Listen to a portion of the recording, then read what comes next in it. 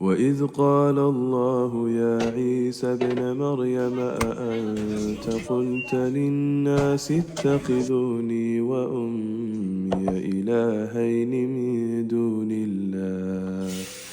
قال سبحانك ما يكون لي أن أقول ما ليس لي بحق